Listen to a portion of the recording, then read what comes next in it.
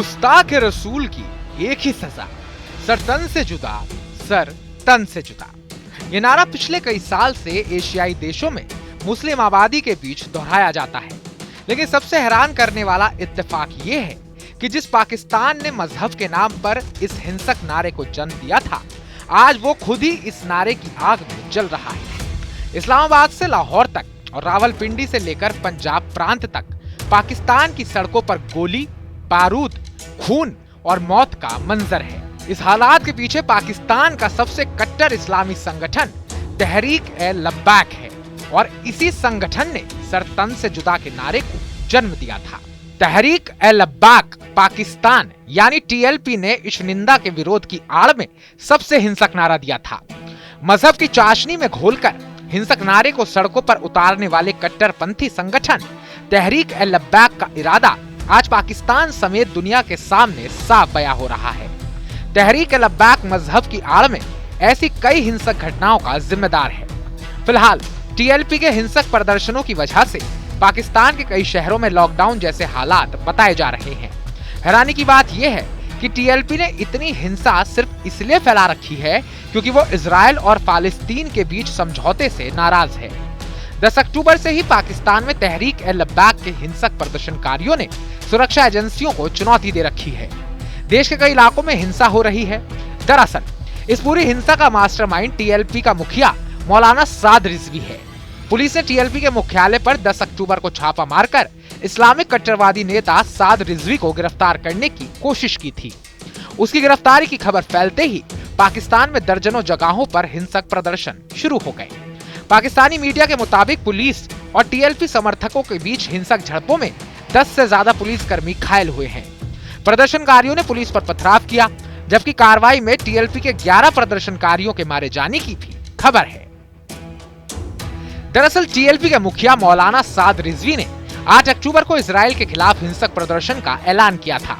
उसके बाद टीएलपी से जुड़े लोग और उसके समर्थक सड़कों पर हिंसा करने लगे। मौलाना साद रिजवी का आरोप है कि इजराइल और हमास के बीच युद्ध विराम एक धोखा है। हमास ने अमेरिकी राष्ट्रपति डोनाल्ड ट्रंप के दबाव में यह फैसला लिया है जो फलस्तीन की जनता के खिलाफ है। तहरीक-ए-लब्बैक ने इस युद्ध विराम को खारिज करते हुए पाकिस्तान में प्रदर्शन शुरू कर दिए। शहबाज सरकार ने लाहौर और इस्लामाबाद में सुरक्षा बढ़ा दी। कई हाईवे पर कंटेनर लगाकर रास्ते बंद कर दिए गए ताकि प्रदर्शनकारियों को लाहौर या इस्लामाबाद पहुंचने से रोका जा सके। लेकिन इस्लामी कट्टरपंथी संगठन टीएलपी के हिंसक प्रदर्शन बढ़ने लगे। इसी झड़प में लाहौर के पास मौलाना साद रिजवी को रोकने की कोशिश में पुलिस को फायरिंग करनी पड़ी। बताया जाता है कि पुलिस की 2-3 गोलियां मौलाना साद को लगी हैं। हालांकि इस पर आधिकारिक बयान नहीं आया है। मौलाना साद रिजवी तहरीक-ए-लब्बैक के संस्थापक खादिम हुसैन का बेटा है। खादिम हुसैन रिजवी ही वो शख्स था जिसने गुस्ताख रसूल की एक ही सजा, सर तन से जुदा जैसी हिंसक नारे दिए। दरअसल 2011 में पाकिस्तान में पंजाब के गवर्नर सलमान तासिर की हत्या कर दी गई थी। उनकी हत्या उन्हीं के सिक्योरिटी गार्ड मुमताज कादरी ने की थी। हत्यारा कादरी पंजाब के गवर्नर सलमान तासिर से नाराज था क्योंकि उन्होंने एक ईसाई पाकिस्तानी महिला आसिया बीबी को इश्निंदा के लिए मिली कड़ी सजा का विरोध किया था। वो इश्निंदा कानून को लेकर मौत की सख्त खिलाफ भी थे। इसी बात से उनका सुरक्षा गार्ड मुमताज कादरी नाराज था। गवर्नर की हत्या के बाद कट्टरपंथी मौलाना खादिम रिजवी ने कादरी को गाजी की उपाधि दी थी। साथ ही हजारों लोगों के साथ जुलूस निकालकर पाकिस्तान की सड़कों पर सर तन से जुदा के नारे लगवाए थे।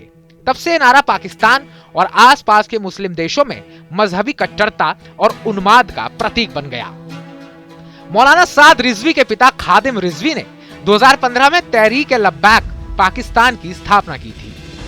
लेकिन उससे भी कई साल पहले से वो कट्टरपंथी विचारों और सड़कों पर हिंसा का नेतृत्व करता रहा।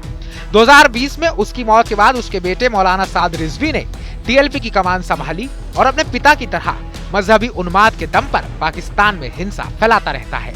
बताया जाता है कि कट्टरपंथी संगठन टीएलपी के खिलाफ सेना बहुत खुलकर एक्शन नहीं लेती क्योंकि वो सरकारों पर दबाव बनाने के लिए उसका इस्तेमाल करती है।